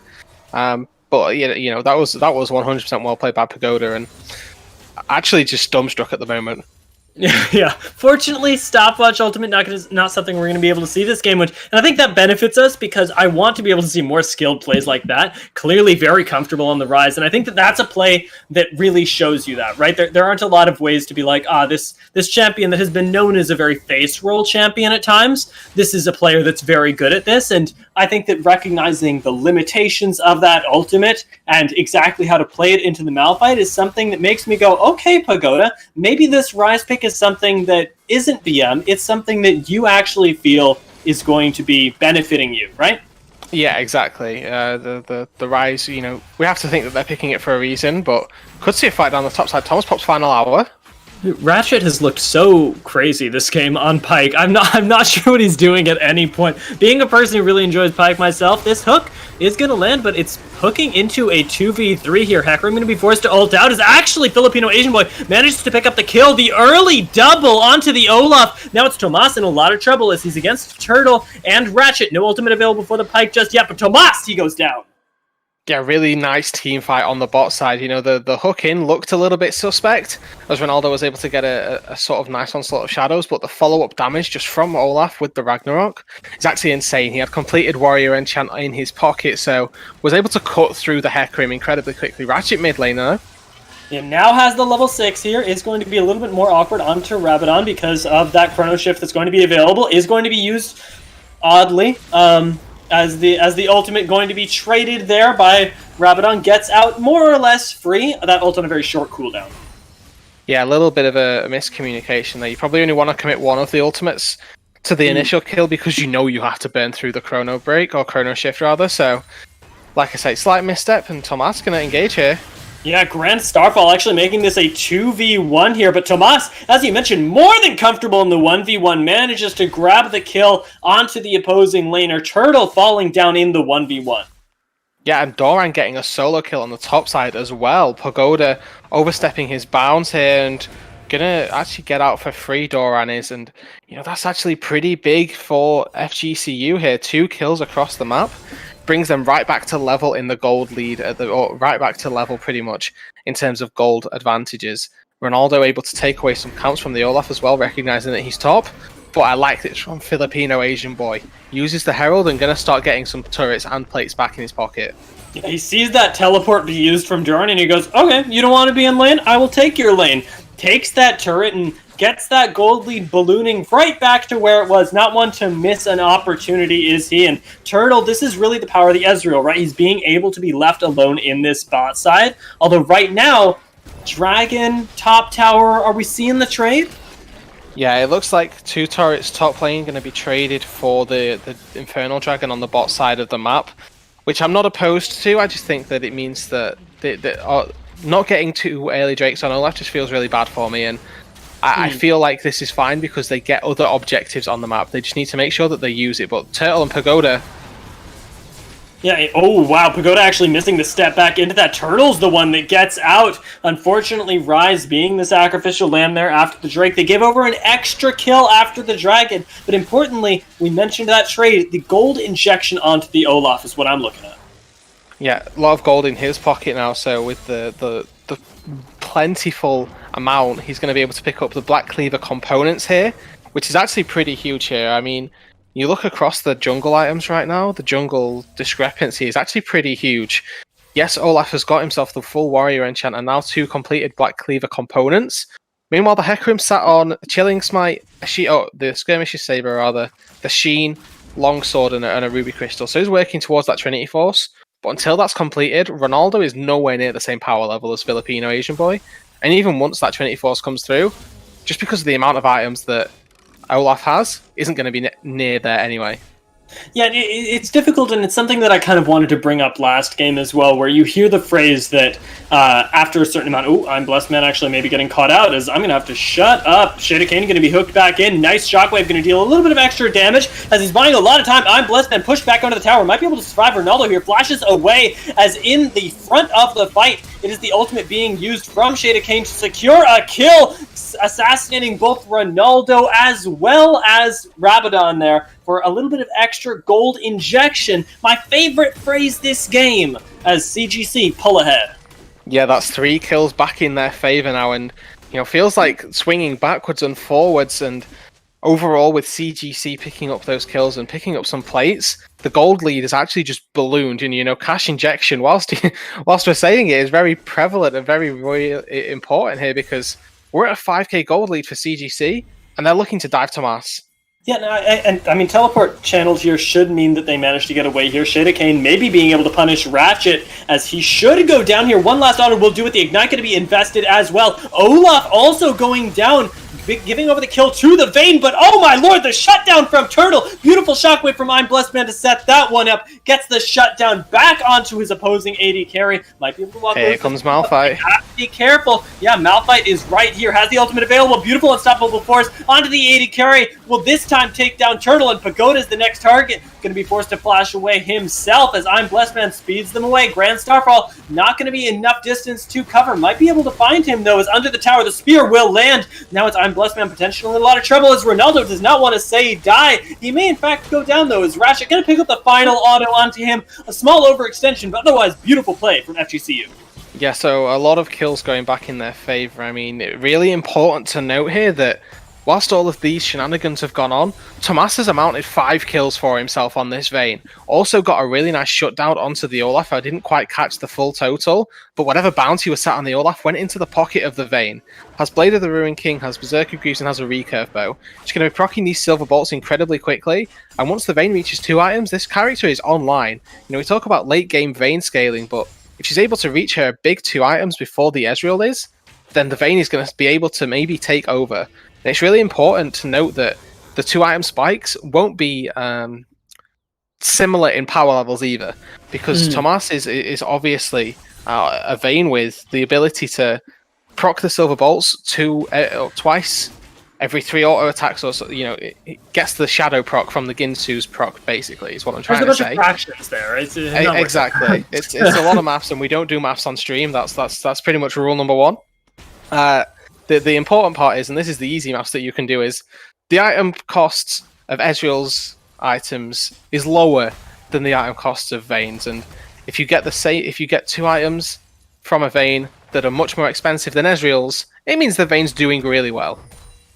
Yeah, absolutely. And now with the cull popped as well, is going to get herself even closer to that. And that's kind of what I had my eye on as you were making that point, is that she hadn't even gotten the cash injection from that early pickup yet. And now that she has, it's really going to be FGCU who are looking to come out ahead in these fights, and I think more confidently. We had mentioned as we get into this game, this is do or die for FGCU, and right now, at least with the injections of gold, I keep saying it, I'm going to stop, of gold into Tomas, it really is looking like it's going to be a do sort of game.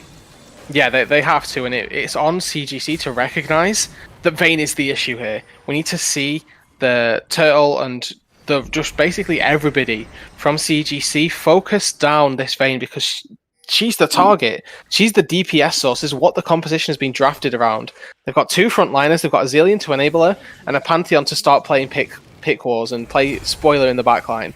You know, enable this Vayne, and if CGC can't acknowledge that and can't get it, then it's going to be a really difficult game for them. Drake started.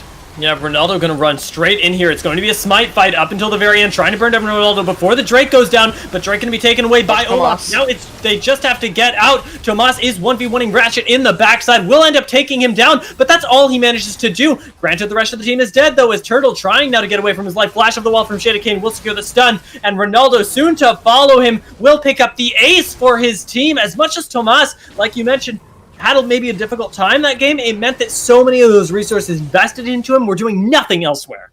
Exactly, and you know, I'm trying to point the attention toward the carry, but Hecarim's completed his Trinity Force. Malphite hasn't died and has got himself a good portion of the tank items here. He's actually doing, the Hecarim's doing a lot of damage. The Malphite isn't dying in the backline, and these just beefy frontliners were able to take a fight on their own, even though they lost the dragon, which goes CGC's favor. They win the fight, and now, you know, they were like 6,000-7,000k gold down at that point, and you have to think, if they get level gold, how rough is it going to get for CGC as we go later and later into this game? Yeah, I mean, fortunately, as you mentioned, as we go later and later, Ryze will start being able to sort of play ball with these beefcakes that we see in the front line. Ronaldo, even with his Trinity Force, is going to have a little bit of a problem, but I actually wanted to bring this up earlier, and it's become relevant again, that we hear the phrase sometimes that after X amount of items, somebody is the same champion, and that's not going to be necessarily true for Hecarim, who's going to have to invest his ult to get away, is going to be true for Olaf, but isn't going to be true for Ryze. With every item, he becomes incrementally more and more powerful, and so we do have this sort of mirror on both sides of the matchup. Yeah, we do. You're quite right, and it's what we touched on earlier, that there are these 2 late game scaling characters on either team, or well, rather one each, and it's on those particular champions to play out the game and really do the work in the late game team fights. And I'll be interested to see. Oh, I'll hold it. Yeah, Ronaldo may have overextended here, used the blast cone, but Shada Kane walks up here trying to find the pick onto onto Filipino Asian boys. Ronaldo looking to follow up on it. Now it's going to be FGCU backing out of their own jungle. They can't contest into what is a lot of vision control and a lot of investment into it from CGC. Yeah, it appears that the just macro game here is going CGC's favor, and it's something that I've really been impressed with them pretty much throughout the entirety of Heavy League. So by no means surprised to see it go this way. Looks like they're just going to try and tank up this mid lane tier 1 to try and take it, but they pull back off it.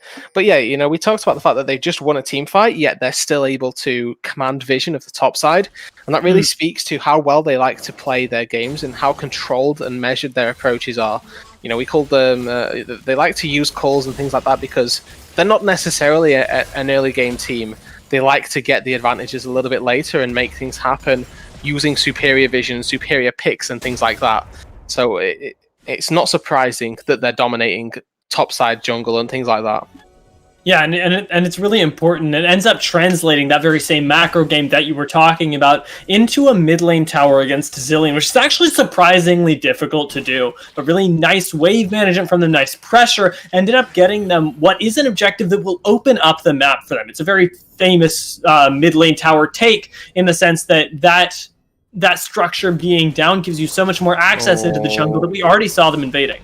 These guys are in danger. Shada Kane and Ronaldo are completely alone here. This is a 2v whatever. Yeah, it's a 2v up to whatever we see. Ronaldo now looking to get away through Ratchet. We are going to see the Realm warp towards them as that's the pick onto Shada Kane. Can they continue this fight? Doran has shown up. Shada Kane buying so much time. There's the shutdown from Ratchet. Should be traded back though. Manages to survive and could actually look for another reset. Goes straight back in. Doesn't find a kill just yet, but ends up picking one up on the backside. Double kill for the Pyke. Vayne is trying to make something happen, but it is so much AoE damage onto 3 members, and that's Baron for CGC. I'm blessed, man. Just going huge again and again. Shockwave after shockwave. Catches 3 members this time, turning the fight on a dime right here. Ratchet as well getting away with literally a slither of HP after dunking down onto Shada Kane. All of these small factors just making CGC the dominant victors of that team fight. 5-0, I believe, and the Baron on top, it just all went in their favor right there. The CGC guys need to be really impressed with how they played that fight. They get themselves the Baron. They're now going to look to probably translate this into the Mountain Drake, though FGCU have got the priority around it. And I'm just shook by I'm Blessed Man's consistency with these shockwaves. It was terrifying, right? And I mean, it's why we've seen him pick this Orianna so many times. He's clearly very, very comfortable on it. Lines up 4 members for so much AoE damage from both Pagoda and Orianna. We're seeing another fight. Turtle gets caught out, forced to use the Arcane Shift and the Flash to get over the wall. Has found his way to safety for now. And we don't have all 5 members here for FGC being zoned out by Ratchet. Looks for the hook, doesn't find it, but they find themselves the Dragon. And the flash of the wall from Pagoda should spell the death of Rabadon as he's forced to use the Chrono Shift on himself. No answer from anyone else as the team can't get close to him, but the ult will miss from Ratchet, buying a little bit more time. And now the Realm War back. I'm Blessed Man being chased down, just buying time for his team. Uses the Zanyas, doesn't have the flash available though, should go down. Tomas is 1v3 and takes one with him, but it is not enough, and Ratchet and Pagoda need to clean this one up. Pagoda should go down here though, and Ratchet now left all alone. Could look for a kill onto Ronaldo. Pyke's damage is rather heavy, but Doran certainly not going to have a problem taking down this very AD heavy young man. The ace goes all the way back in the favor of FGCU, and the Baron is gone. This is just absolute chaos, this game. FGCU fighting for their tournament lives. Remember, everyone, this is do or die for them. They lose this game, they are out of Heavy League, and that is going to be it for them. They're fighting tooth and nail to try and get these fights and get this victory. I have to say, though, CGC, slight missteps for me. They commit 3 members towards the top side to try and kill Rabadon. They then spend far too long killing him because they missed death from below and also one of the follow-up stuns. So the time taken to kill the Zillion is just too long. But also that entire time, the Olaf was just trying to, or was 1 versus or 2 versus 4 with another member of the team. They can't take that fight. If they're committing so heavily onto Rabadon, yes, by all means try and zone them away, but don't commit to the fight. Yeah, and it's really difficult, right? It's a line between buying time into what is a very heavy engaged comp as Ratchet maybe trying to buy time, maybe trying to engage again. We'll just be taken down by Shada Kane. So much damage out of that spear right there. Finds a pick for FGCU. Yeah, and Ratchet feeling like he'd got a little pick there, maybe something that he could work with the rest of the team. Ultimately costs himself the Pantheon with the dodge, I'll call it, the ability to not get hit by any form of damage. Really going out on top with that favor. And Filipino Asian boy just going to blast Coney's way to safety. Yeah, as we see Blessed Man and Turtle just going to shadow one another. And now we should, and I say should because this is what should happen, though I don't expect it to, enter a bit of a lull state. You know, game 1 we talked about mid lane ping pong. I expect that we should see something very similar. Though we're 25 minutes into this game and we've had nearly 40 kills. I'm not quite expecting quite the same thing, and that is something that tends to happen when you get supports like Pantheon, like Pyke, and we saw a perfect example of it just then. The supports either get caught out making plays, or they make the plays and things happen. So we'll have to see how the rest of the game progresses, but I'm expecting something pretty soon. Yeah, and importantly, like you had mentioned, we're expecting something like the lull state to come in, because even if that pick does happen, no objectives up just yet, but Turtle might be able to clean this one up. Beautiful ultimate from the Orianna to secure what is almost a kill onto Pantheon. Managed to get away now. Realm Warp in for Pagoda. They might be looking to start a fight here as CGC. Unstoppable Force used defensively. That's back from Pantheon. Going to be channeled. He's all the way in the base. Rabadon going to be taken down. Forced to use the Chrono Shift on himself. Ronaldo dashes back in, but it is to his own demise. demise. Turtle hooked in. Double kill for the Olaf. One single kill for Pagoda, but there's so much damage in this death ball of a composition. Yeah, they just absolutely brutalize FGCU there, and I said back and forth, FGCU win a team fight, CGC win one right on back. Really nice flash undertow from Filipino Asian Boy. Really rare that an axe can cause so much chaos in such a unique way. Getting a slow onto two members, and that shockwave's not done. Yeah, no, the shockwave really, sort of in the same way as the undertow, starting a small fight there, forces FGCU all the way off the inhibitor, and base is broken now in favor of CGC off of what was a really random and yet very, very satisfying fight. It felt like Ronaldo was realm warped away because we saw him charge into the team and just disappear. I mean, that's what happens, I guess, when you're trying to play this frontline with little support coming through. I mean, I said that I expected something to happen. I wasn't sure what it was going to be, and lo and behold, CGC do not disappoint. They find the picks and manage to get themselves some kills. We've now got 30 seconds until this Mountain Soul spawns for FGC's congestion here. They need to stop this going over to CGC if they really want to stand any chance of keeping themselves in this game, because they're 27 minutes in and 10,000 gold behind. This is quite a big discrepancy at such a stage. Yes, Vane's got 3 items at this point, but we've seen it time and time again just not be enough. You know who else has got 3 items? It's Pagoda, and his 3rd item is a lot better than a Phantom Dancer. It's so scary, dude. The Rabadon's, the damage coming out of Pagoda here, has the Realm Orb available, and here he is showing up one more time. Stun not going to land. Ronaldo pulled back in by a shockwave, but Doran this time being able to use his ultimate aggressively, might be able to find a pit kick, but I'm blessed, man.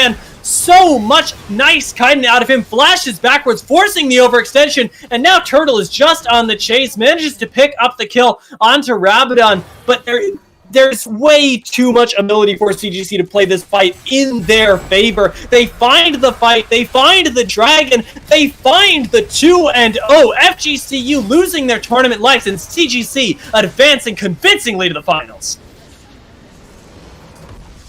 And you have to say, Diatropa, that they absolutely deserved that victory right there. It wasn't as clean as game number 1, but game number 2, they come through and they play quite heavily, I'll say, toward their win conditions. We talked about the tiers needing to be stacked, and lo and behold, as soon as double Seraphs and a Mirror Mana comes through, it's just so insanely powerful, the amount of damage that these guys can do. Yeah, it was really, really insane, especially, I mean, we got the chance to talk about the second item from Pagoda, and it's so important when you have that amount of AoE damage coming from both Orianna and the Rise, while Turtle and Ratchet are able to pump in damage of their own, and we just saw FGCU not be able to find the engages that you dream of when you have something like Malphite and Hecarim, and it's all due to that macro game from CGC as well, I feel. Yeah, I'll definitely say that we can. I'm happy to say that the macro game has always been better from CGC. They're quite easily the best macro team in Heavy League, and when you have players like Turtle, like I'm Blessman, that consistently go for just insane plays on top of the macro, it just becomes so easy for you to win games. Yeah, and I'm really curious, again, to hear what our analysts have to say about that game, because it was a game that going into it, we didn't know how it was going to play out, and slowly but surely, game slips away from FGCU, and what looked like they were going to be able to get to execute. Rippy, Mitt, please enlighten us.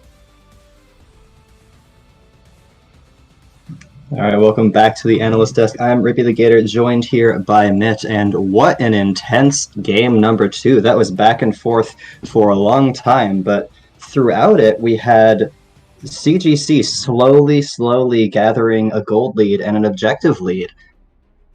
Yeah, it's just, I mean, we saw CGC play the macro that CGC is known for. I mean, Rude Dude couldn't have said it any better. CGC is one of the best, if not the best macro team in the Heavy League. They consistently outgoal their opponents in basically every single lane just by farming, setting up their lane assignments, not going for stuff that they don't need to go for. They know when they're weak, they know when they're strong, they play to their advantages. So even though Tomas in that bot lane was able to get some leads, it was 3-1 coming out of the laning phase at least, it just wasn't able to find the team fights that that FGCU really needed to make Tomas shine.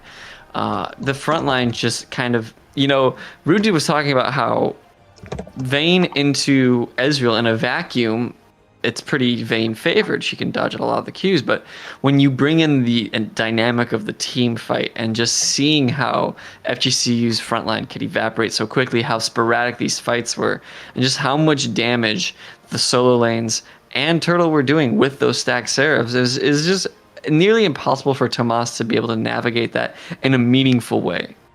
Yeah, we saw the Vayne get a couple of early kills, and I thought that they were going to just snowball the game through Tomas, but it ended up being a little bit late. They decided that they wanted to press their advantage after the Ezreal had gotten up to his Muramana and almost completed the Triforce, after I'm Blessed Man on the Orianna had finished the Seraphs and was well on his way up to that Rabadon's death cap. And like you said, the team dynamic, the way that those fights were going, just wasn't in favor of the carry that they ended up getting in that Vayne. Yeah, there's just so... Oh, sorry, go ahead. I want to break down kind of the way that the team fights ended up going, especially around the third and fourth Drakes, because that it felt like on the turn of a dime, CGC went from being in an awkward position to being able to turn around a team fight. Yeah, and it's really because these team fights were so scattered and pulled apart, and CGC were able to focus so much firepower onto one or two members. So you've got a Hecarim that wants to dive in, a Malphite that wants to dive in, Tomas wants to kite back. Pantheon, once his shield expires, he's completely exposed and kind of just has to walk around, doesn't really do a whole lot. So as long as they're able to kind of absorb the initial brunt of the impact, their counter engage, their chase forward is just so powerful for CGC, especially in these scattered fights where they're able to focus fire individual members one by one by one by one and just kind of tear these fights apart just in such a scattered way. I mean, I really like the way that CGC were able to just kind of brunt the blow, because it could get very devastating if a, Onslaught of Shadows comes in with an unstoppable force and the Grand Skyfall coming through from Pantheon. There's so much that, on the initial engage, and then you got the Vayne backing up all that damage, that it could go south. But they're able to kind of absorb the initial impacts and then push out on their own to clean up these fights that become so scattered and sporadic.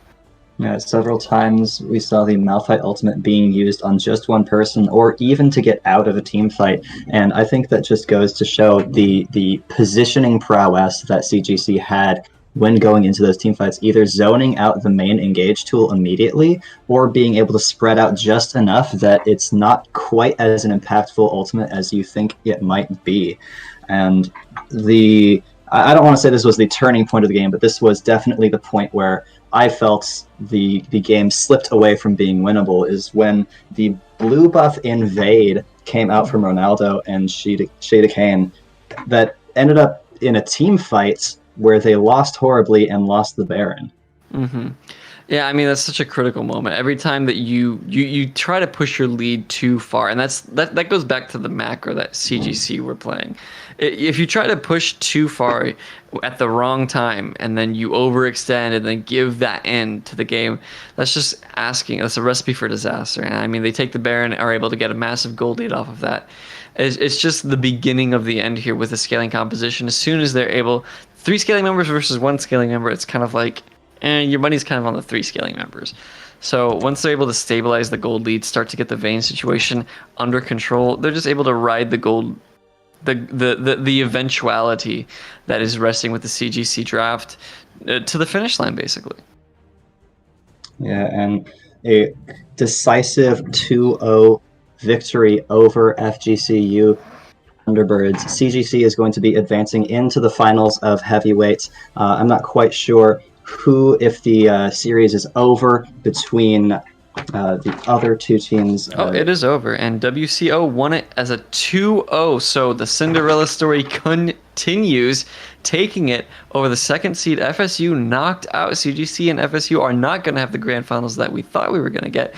It's instead going to be CGC versus WCO and their newly formed roster that has kind of swept over these playoffs so far. All right, we'll find out in due time if someone is able to punish the incredible scaling start, the culls and the tears coming out from CGC, but we do have an interview set up with I'm Blessed Man from CGC. All right, welcome. I'm Blessed Man. Can you hear me? Hi. Hello. All I right, can hear. we got an interview set up for you because of that incredible series. Realistically, I mean, we saw you play the Orianna both times, and I mean, we can really start anywhere. But my initial question to you is the Orianna pick that we saw sort of be the backbone of the team several times. What were you going to do if you didn't get that? Because it felt like it was just being handed to you over and over. But there must have been something else that you guys had prepared. Oh, I mean, we just think Orianna is such a super strong blind pick. But that's why we banned Rumble Echo, because Rumble Echo are pretty decent picks into Orianna. But I mean, like, if Ori got banned or they picked it, I would have actually played Zillion, unironically. So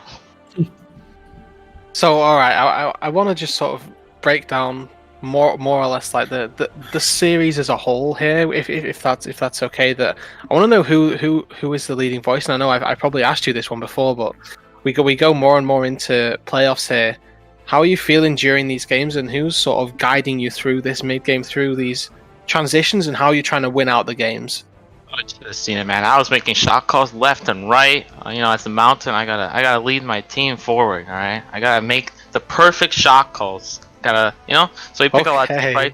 Yeah, that's why I got the 4-man ults, maybe twice. 2 games. Yo, I like it. Those shockwaves were genuinely on point. Like we were stood casting, and I'm just like, this man can't be allowed to continue, please. Like, what is going on? I mean, yeah. It really was impeccable stuff. I want to also ask you quickly, like, how far do you see yourselves going? Obviously, we've got world class here. They're kind of making a bit of a miracle run here. Do you think that they're going to be able to stop you? Listen. We're gonna turn world class Galaxy into poor class Galaxy. All right, 2-0, really easy next week, right? Yeah, 7 p.m. Okay. We'll end it in an hour if show mercy. You guys are really into letting us go home early for dinner. It's really a blessing. We're blessed to have you as much as you are yourself. And actually, as we sort of start to ask about maybe a little bit more of how the actual series panned out for you, because you are prepping for each of these teams individually. What were some things that you had maybe picked up on by watching FGCU's last series that you felt like were exploitable and actually let you take over the game at some point? If anything, you don't have to have something. I mean, 5 minutes before the game, we checked our OP.GGs, and I think that's pretty much it. Wow! All right, let's go. Yeah. I like the confidence. I mean, you guys had certainly demonstrated really good understanding of like fundamentals in the game, and I was really happy to see that.